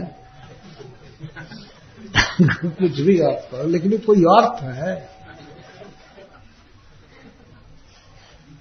एक बार एक कथा कह रहे थे व्यक्ति, मैं ट्रेन में था, कह रहे थे कि एक पंडित जी के 3 लड़के थे, ब्राह्मण के 3 लड़के थे। एक लड़का पढ़ा लिखा था, घर का मालिक था, जेठ लड़का, और एक खेती करता था और एक भैंस चराता था। तो बड़े लड़के के प्रति 2 लड़के अच्छा भाव नहीं रखते थे कि ये केवल ब्लॉक घूमता है, इधर उधर जाता है, घूमता रहता है, और हम लोग काम कर रहे हैं, घर पर मेहनत करते हैं। दोष दृष्टि थी। तब तक हुआ क्या कि एक बार राजा के यहाँ ब्राह्मणों का सम्मेलन कराने की चर्चा हुई। तो ब्राह्मण कहा कि ब्राह्मण लोग पढ़े लिखे होते हैं, वेद शास्त्र जानते हैं, वे आकर के हमको कथा सुना रहे हैं। इन लोगों को भी इनविटेशन मिला कि ब्राह्मण के लड़के हैं तो आकर के राजा को कुछ सुनाएंगे, कथा सुनाएंगे, करेंगे। तो ये लड़का नहीं था घर पर, जो मालिक था, पढ़ा लिखा था, वो नहीं था। तो दोनों को पकड़ करके ले गए राजा के सिपाही, चलो कथा सुनाओ, ब्राह्मण हो तुम लोग। पकड़ करके गए तो जब बैठे थे, अभी राजा के यहाँ जाने से पहले गेस्ट हाउस में उनका स्वागत हुआ, ब्राह्मण आए हैं, तो दोनों रोना चालू किए। दोनों रोना चालू किए, आपस में बात करने लगे। राजवा पूछी तो का कहो। राजा पूछेगा तो मैं क्या कहूंगा। तो दूसरा बोलता है, जवन तोर गति तवन मोर गति। तुम नहीं जानते हो, मैं भी नहीं जानता हूं, रामायण मालूम नहीं है। तो राजा पूछेगा तो क्या कहूंगा। राजवा पूछी तो का कहो, जवन तोर गति तवन मोर गति। तो दोनों को राजवा शब्द बोल रहे थे, सिपाही ने सुन लिया, पुलिस ने। दोनों को कहा कि राजा जी ये तो दोनों आपको गाली दे रहे हैं। तो दोनों को जेल में बंद कर दिया गया। राजा का जो अपमान के राजवा कहे, उसको दोनों को जेल हो गए। बड़े भाई को पता लगा, हमारे दोनों भाई निरपराध होते हुए भी कारागृह में डाल दिए गए। तो बड़े चतुर थे बड़े भाई, वो आए राजा के पास, कहे कि महाराज बड़े दुख की बात है कि हमारे भाइयों को जेल में बंद कर दिया गया। वो तो भगवान राम की कथा कह रहे थे, राजा साहब पूछेंगे तो हम ये बताएंगे, राजवा पूछी तो का कहो। तो राजा ने कहा कि राजवा पूछी तो का कहो, हमको अरेर मार रहे थे दोनों, ये कह रहे थे और तुम कहते हो कि रामायण की कथा कह रहे थे। हाँ सरकार, रामायण की कथा है। वो सुमंत जी जब गंगा जी के तट से लौटे ना, दशरथ जी उनको भेजे थे कि राम को रथ पर बैठा करके लाओ, लेकिन राम जी नहीं लौटे। गंगा जी के तट पर रथ खाली ले गए सुमंत जी, तो पूरे रास्ते में रो रहे थे। अब दुख में कह रहे थे कि राजवा पूछी तो का कहो। राजा दशरथ पूछेंगे कि राम आए लौटे तब हम का कहो, तो हमारे भाई तो रामायण की कथा कह रहा है। अच्छा, तो वो क्यों कह रहा था जब तोर गति तब मोर गति, तुम्हारी गति हो मेरी गति तो, वही सरकार रामायण की कथा है। जब भगवान श्री राम सुग्रीव जी से मिले किष्किंधा में, तो वो भी घर से निकाल दिए गए थे, ये भी घर से निकाल दिए गए, उनको भी वनवास दिया गया था और उनको भी बाली निकाल दिया था घर से। तो भरत के कारण घर से निकले थे, निकाला था कैकेयी नहीं, लेकिन भरत के कारण, भरत को राज देने के लिए। तो जब भगवान राम मिले सुग्रीव से, सब समाचार होने लगा। सुग्रीव से जब भगवान ने समाचार पूछा तो सुग्रीव जी यही कहे कि जब तोर गति तौर मोर। ओह, इनको इनाम दो, इनाम दो। इन दोनों ब्राह्मणों को इस प्रकार के फर्स्ट क्लास का रामायण कहते हैं। तो उन लोगों को निकाला गया था और बड़ा भारी इनाम दिया राजा ने। हमसे बड़ी गलती हुई, रामायण कहने वाले को जेल में बंद किए। तो बड़ा भाई चतुर थे, इसीलिए उसकी व्याख्या करके समझा दिए, तो दोनों जेल में ही मर गए होते। तो मैं ये कह रहा था कि ऐसे ऐसे कथाओं में लोग कहते हैं, या समझते हैं, क्या लिखा गया है कुछ नहीं समझे।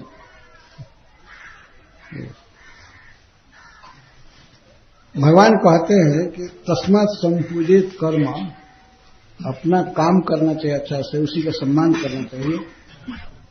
और जिस काम से व्यक्ति की जीविका चलती हो ठीक से न्यायपूर्वक, तो वही उसका देवता होता है।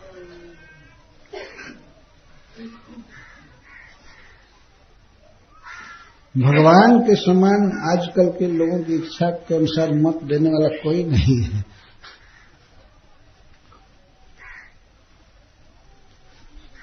देवता माने मान्य, पूज्य, संपूजयत सम्मानित।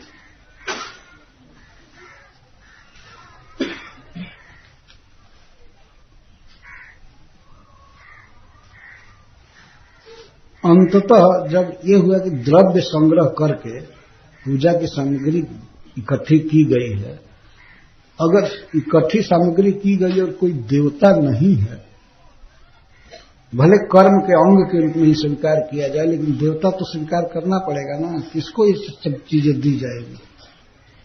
तो भगवान ने देवता स्वीकार करके कहते हैं कि जिस काम से जो आदमी जिए, जीविका चले, वही उसका देवता है। देवता तो है, ऐसा नहीं है कि मैं देवता का तिरस्कार करूं, लेकिन देवता है कौन? अंजसा जेन वर्त तदेवास्य ही दैवतम। जिस व्यक्ति का जिस रोजगार से, जिस काम से अच्छा से गुजारा हो जाए, वही उसका देवता है।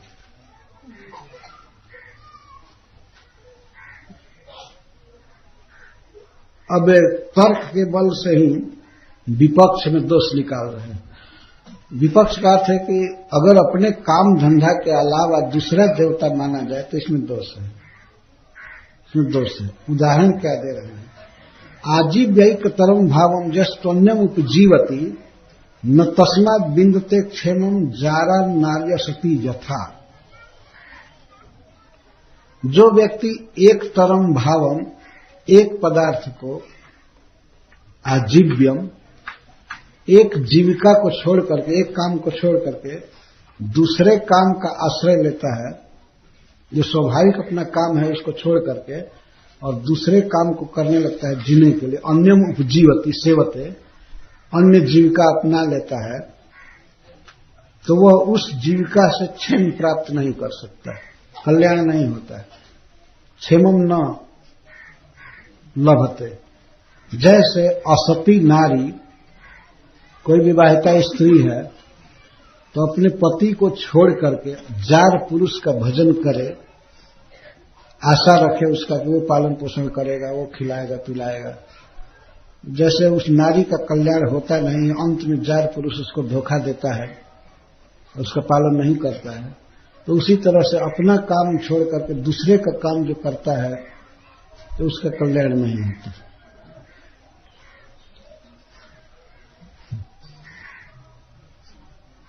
तो अपना देवता छोड़ करके दूसरे देवता का भजन करे तो उसका कल्याण नहीं होगा। अजीब भगवान बोल रहे हैं, मान लीजिए किसी का काम है खेती करना, अगर खेती करने के काम को छोड़ करके दूसरा काम करेगा तो उस काम से उसका कल्याण नहीं होगा। या वैश्य है, व्यापार कर रहा है, वैश्य के 4 काम भगवान बताए हैं आगे चल करके। तो इसको बताने के लिए किसका देवता कौन है, अपना काम। वर्तेत ब्रह्मणा विप्रो, ब्राह्मण की जीविका है वेद। वेद शास्त्र पढ़े पढ़ावे, यज्ञ करे करावे, दान ले दान दे, ये 6 कर्म ब्राह्मणों के हैं। वेद शास्त्र का प्रवचन करे, सिखावे और स्वयं आचरण में रहे, त्याग तपस्या से रहे, ये ब्राह्मण का काम है। तो ब्राह्मण वेद से जिए। वर्तेत ब्रह्मणा विप्रो, विप्र ब्रह्म से जिए, मतलब वेद पढ़कर पढ़ा करके। प्रभुपाद जी कहते हैं कि सारे ब्राह्मणों को शिक्षक होना चाहिए, पर दूसरा सर्विस नहीं। जितना डिफेंस है या मिनिस्टर है वे सब क्षत्रिय बनने चाहिए, प्रभुपाद जी कहते हैं। और जितना व्यापार है वो सब वैश्यों के जिम्मे होना चाहिए। और खेती, कृषि गोरक्ष वाणिज्य, कृषि गोरक्षा और व्यापार ये वैश्यों के जिम्मे। और जितने भी हाई क्लास की या कोई भी नौकरी है वो सब शूद्रों को देनी चाहिए। शूद्रस्तु द्विज सेवया, इसमें कहा जिस नौकरी को पाने के लिए दूसरे लोग तड़पते वो सारी नौकरी जो मेन्युअल सर्विसेज हैं शरीर से सेवा करने की, वो सब उनको देना चाहिए। तो वर्तेत ब्रह्मणा विप्रो, ब्राह्मण वेद से जिए, राजन्यो रक्षया भुआ, और क्षत्रिय इस पृथ्वी की रक्षा के द्वारा जिए, मतलब ये शासक बने। और वैश्यस्तु वार्तया जिए, और वैश्य व्यापार के द्वारा जिए। और शूद्रस्तु द्विज सेवया, और शूद्र को चाहिए कि वे तीनों वर्णों की सेवा द्वारा जीविका करे। आजकल तो वो सेवा ही बहुत दुर्लभ हो गई। सभी चाहते हैं कि हम सेवक बने, हम नौकरी करें, नौकरी करें मतलब नौकर बने, यही चाहते हैं ना। कहते भी हैं, प्राइम मिनिस्टर से लेकर के चौकीदार तक सब यही कहते हैं, सर्विस सर्विस, सेवा सेवा सेवा, सेवा कर रहे हैं। भारत सेवार्थ, सभी सेवा करना चाहते हैं। कोई नहीं कहता है कि हम स्वामी हैं, हम मालिक हैं, हम सेवक हैं। इस सेवा वृत्ति शूद्र का धर्म है। तीनों की सेवा करने से उसको सेवा के बल से अच्छी जीविका मिल जाती है, परिवार चलता है, सब कुछ होता है अच्छा। द्विजस्तु शूद्रस्तु द्विज सेवया, तो ब्राह्मण वेद के अध्ययन अध्यापन आदि से जिए। तो वेद शास्त्र ही ब्राह्मण के ईश्वर हैं, देवता हैं। उन्हीं को पढ़ना, सुनना, रटना, प्रचार करना, यही देवता है। और राजन्य रक्षया भुवा, क्षत्रिय पृथ्वी की रक्षा करे तो पृथ्वी ही उसके लिए देवता है। क्षत्रिय के लिए जमींदार, उसके लिए वही पृथ्वी ही देवता है। और वैश्यस्तु वार्तया जीवे, कृष्यादि लक्षण से वार्ता द्वारा वैश्य जीवित रहे। तो वैश्य के लिए वार्ता ही देवता है। वार्ता 3 प्रकार की है, कृषि गोरक्ष वाणिज्य। अब शूद्रस्तु द्विज सेवया, तीनों वर्णों की सेवा करना यही जीविका है शूद्र की। तो ये तीनों वर्ण ही उसके लिए देवता है। इस प्रकार से भिन्न भिन्न वर्णों की जीविका बता करके भगवान अब वैश्य की जीविका विशेष रूप से बता रहे हैं। कृषि वाणिज्य गोरक्षा कुशीदम तुर्यमुच्यते वार्ता चतुर्विधा तत्र वयम गोवृत्तयो निशम। कृषि, वाणिज्य और गौओं की रक्षा, ये तीन जीविका के साधन हैं वैश्यों के लिए। और इन तीन से काम न चले किसी हालत में तो कुशीदम, सूद लेना चौथी जीविका है। कुशीदम तुर्य उच्यते, सूद लेना, इसको चौथी वृत्ति कही गई है। सूद लेना बहुत अधम जीविका है, वो पाप खाने के बराबर ही है वास्तव में, इसलिए इसको तुर्य चौथी वृत्ति कहा गया है। कृषि, कृषि यदि अच्छे ढंग से होगी तो सारा संसार सुखी रह सकता है। पर्याप्त अन्न उत्पन्न हो, फल उत्पन्न हो, सब्जियां उत्पन्न हो, और गोरक्षा, गायों की यदि रक्षा होगी, सुरक्षा, तो उसे पर्याप्त दूध, दही, घी आदि होगा, जिसकी बहुत जरूरत है इस संसार में। पर आज के युग में कोई गोरक्षा करने वाला नहीं है। गायों की हत्या करने वाले जन जन भरे पड़े हैं, लेकिन रक्षा करने वाले नहीं। ऐसा वास्तव में मनुष्यों ने कर दिया। गायों के पोषण के लिए न घास रहा, न वृक्ष रहा, कुछ नहीं। गाय रखना भार हो गया। मशीनरी ने ऐसा काम बिगाड़ा, ट्रैक्टर आदि ने, कि बैलों की कोई कुछ ही नहीं है। लगता है कि उनको जीने का कोई अधिकार नहीं है, उनका कोई उपयोगिता नहीं उनकी। पहले हम लोगों के होश में लोग बैल रखते थे, कितना प्यार से अच्छा से खिला पिला। आज बैलों को लगता है कि इस दुनिया में जीने का कोई हक ही नहीं है, क्योंकि उनके लिए कोई काम नहीं है। एक दिन ऐसा समय आएगा कि मनुष्यों में कुछ लोग ऐसा समझेंगे कि अन्य मनुष्यों को जीने का अधिकार नहीं है, इनको मर जाना चाहिए, चाहे मारने का कोई उपाय करो, यही कहेंगे और कर ही रहे हैं। कहते हैं मनुष्यों का बहुत बड़ा भार हो गया है, ये अधिक न जिए, अधिक न हो। और खास करके सनातन धर्मियों का कहता है संख्या न बढ़ाएं। और जितने कंडम लोग हैं वे अपनी संख्या बढ़ा रहे हैं, जितना संतान उत्पन्न करो, ये करो, ये करो, लेकिन ये लोग संख्या न बढ़ाएं। इस संसार में हो रहा है। पर एक दिन ऐसा आएगा कि एक वर्ग को ही कहा जाएगा कि तुमको जीने का अधिकार नहीं है, तुम मरो, चाहे भोजन के बिना मरो, चाहे हम मार देते हैं तुमको। जैसे बैलों को मारा जा रहा है, गौओं को मारा जा रहा है, तो उस दिन मनुष्यों को मारा जाएगा। और मार ही रहे हैं। गर्भ में बच्चों की हत्या करना क्या है? मारना नहीं है। गर्भ में ही मनुष्य को मत आने दो। कोई विष दे करके या कोई सुई दे करके जैसे तैसे गर्भपात या गर्भस्राव किसी तरह नष्ट करो। अगर कहीं कहीं तो ऐसा होता कि जन्म ले लिया बच्चा तो जन्म लेने के बाद मार दो, इंजेक्शन दे करके जैसे तैसे। ये हो ही रहा है। पर एक दिन प्रकट मारा जाएगा, इनको जीने का अधिकार नहीं है। और तब प्रकृति बदला लेगी। पूरे मनुष्यों को जीने का अधिकार नहीं है, प्रकृति मारेगी, भूकंप द्वारा या और द्वारा। अति वृष्टि, अति गर्मी, भूखमरी होगी और ये दशा आएगी। भागवत में लिखा गया है, बहुत दुर्दशा होगी। और इस दुर्दशा का मूल कारण है गौओं की असुरक्षा। गायों पर ध्यान नहीं है बिल्कुल। इतना लोगों ने महंगा कर दिया सब चीज। भूसा महंगा, पुआल महंगा। पुआल पहले बैलों के खुर से नरम हो जाता था दौड़ी करने से, अब ट्रैक्टर से दाया जाता है। पशुओं को खाने में कितना कठोर पड़ता है, लेकिन क्या करें, किसी तरह से भूख की ज्वाला शांत कर रहे हैं, खा रहे हैं। हरी हरी घास देखने को नहीं मिल रही है। गौओं की रक्षा नहीं होगी तो मानव की रक्षा नहीं हो पाएगी। मनुष्य को मरना पड़ेगा ऐसे ही। तो यह वैश्य का धर्म है कि गोरक्षा करे, गौओं की संख्या बढ़नी चाहिए, समृद्धि होनी चाहिए, और कृषि और व्यापार। एक जगह की वस्तु को दूसरे जगह पर ले जाकर के बेचना, वहां की वस्तु यहां लाना, लोगों को सुविधा होनी चाहिए व्यापार द्वारा।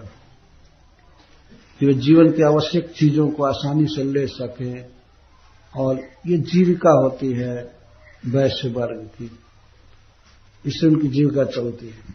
और किसी किसी के लिए ऐसा है कि अगर जीविका ऐसे न चले तो सूद ले सकता है वैश्य, कोई ब्राह्मण सूद नहीं ले सकता है, क्षत्रिय नहीं ले सकता है।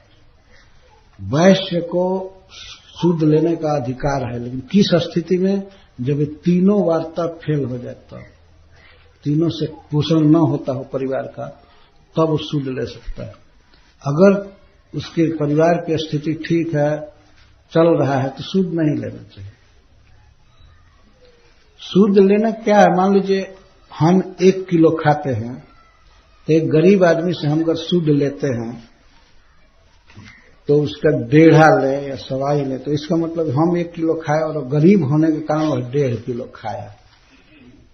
यही है ना, जब हमको सामर्थ्य है तो हम कम खा रहे हैं, और उसको सामर्थ्य नहीं है, वो चलो दिनहीन है तो वो इतना खर्च कर रहा है, तो कैसे सुधरेगा? उसकी जीविका कैसे चलेगी?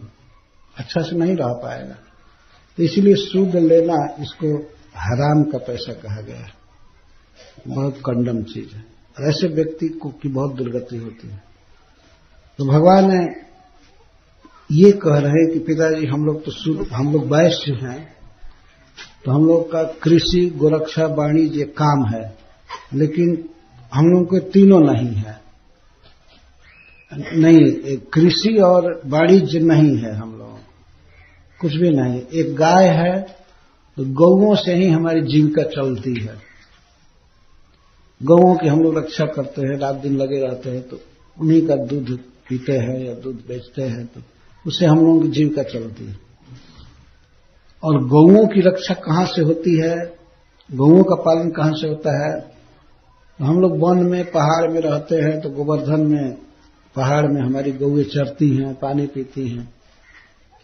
तो हमारी जो जीविका चल रही है वो गोवर्धन जी के कारण चल रही है, वन के कारण चल रही है।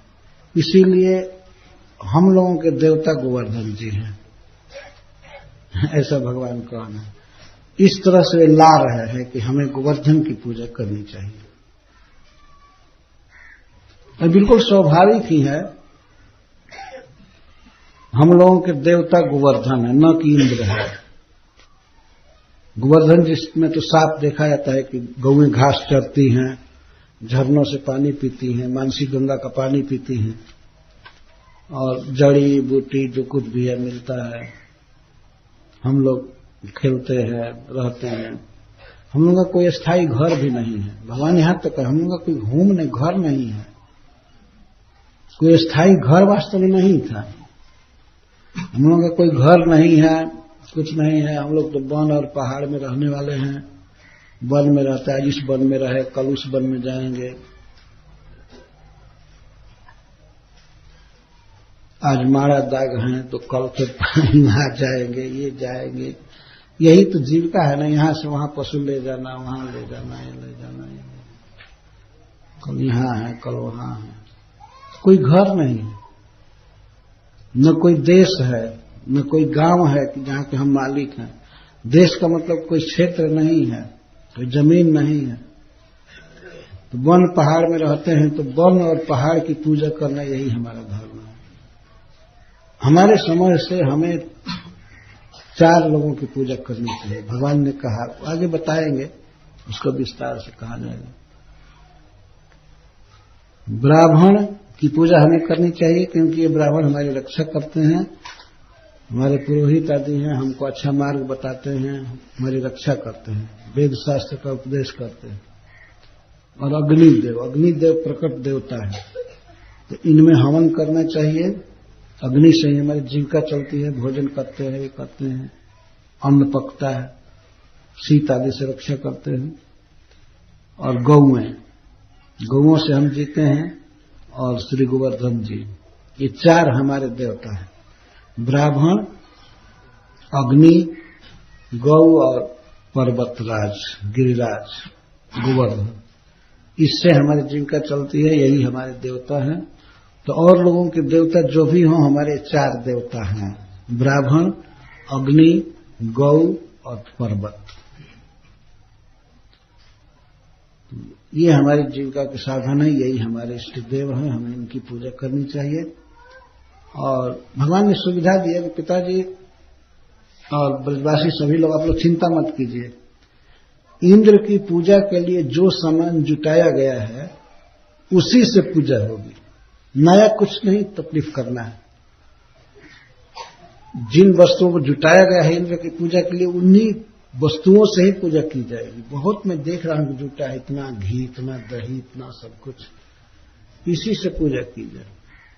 पूजा का प्रकार भी भगवान ने बताया कि ब्राह्मणों की पूजा क्या है, इन्हें खूब अच्छा अच्छा पकवान बनाकर खिलाया जाए और इनको दक्षिणा दी जाए, ये इनकी पूजा है।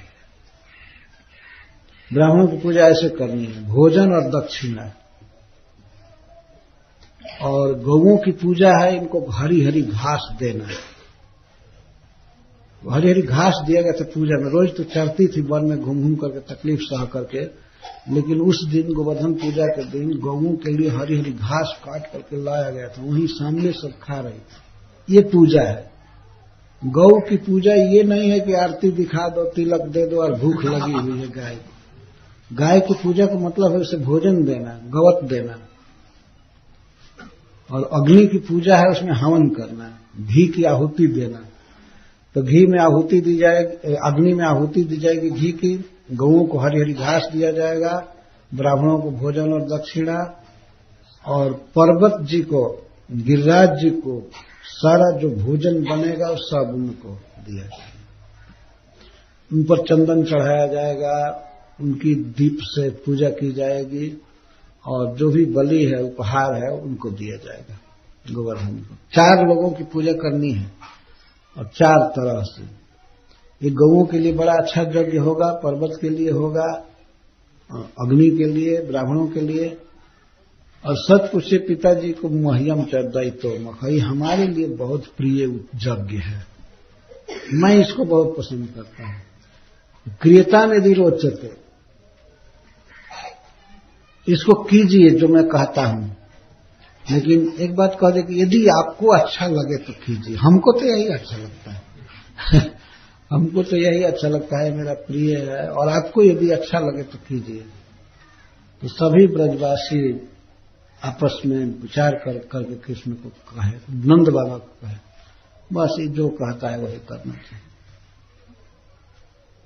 हम लोगों का तो धर्म है इसको प्रसन्न करना, कृष्ण को प्रसन्न। ब्रजवासी लोग इस बात को स्वीकार कर ले, बहुत बड़ा खतरा आने वाला है, बहुत।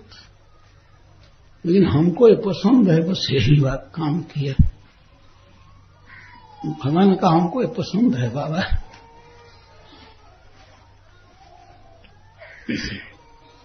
तो ब्रजवासी स्वीकार कर लिया।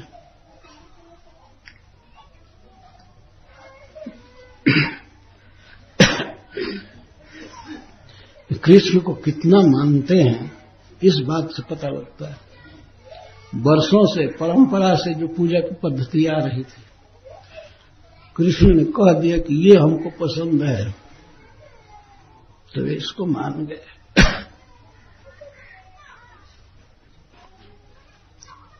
इसमें ये दिखाया गया कितना भाव है भगवान के प्रति। जैसे अर्जुन का, लेकिन अर्जुन को समझाने में भगवान को 17 अध्याय बोलना पड़ा गीता, तब वे समझे। लेकिन एक देवता का तिरस्कार करना है, बहुत शक्तिशाली देवता पूरे विश्व में, लेकिन ब्रजवासियों ने स्वीकार किया। भगवान ने ये कह दिया कि मह्यम च दैतो मख, ये मेरे लिए सबसे बड़ा उत्सव है, गोवर्धन की पूजा करना। भगवान ने भी निर्देश दिए क्या क्या बनना चाहिए, क्या क्या पकवान बनना चाहिए, कैसे गिरिराज की परिक्रमा करनी चाहिए। गिरे दियताम बलि कहा, हम सब लोग खा पी करके और अच्छा अच्छा कपड़ा पहन करके गिरिराज की परिक्रमा करेंगे। एक परिक्रमा स्वयं भगवान ने चालू किया है गिरिराज जी। श्री कृष्ण कोई भी बात कहे सबका उत्तर था ब्रजवासियों के लिए, लेकिन जब उन्होंने ये कहा कि मह्यम च दैतो मखा, यह यज्ञ मुझे बहुत प्रिय है, तब सारी बातें वो लोग रख दिए। तो एक 7 बरस के बच्चे की बात रख दिए, बड़े बूढ़े गोप लोग छोड़ो कुछ भी हो, ये चाहता है तो यही होना चाहिए। ये है ब्रजवासियों का प्रेम भगवान के प्रति, सहज स्नेह। वे नहीं देख रहे थे कि मरना पड़ेगा इसके चलते, ओले की वर्षा होगी, वज्रपात होगा, झंझावात आंधी चलेगी, तो गौओं के साथ सबको मरना पड़ेगा। ये चिंता नहीं हुई आगे पीछे की क्या होगा, बस कृष्ण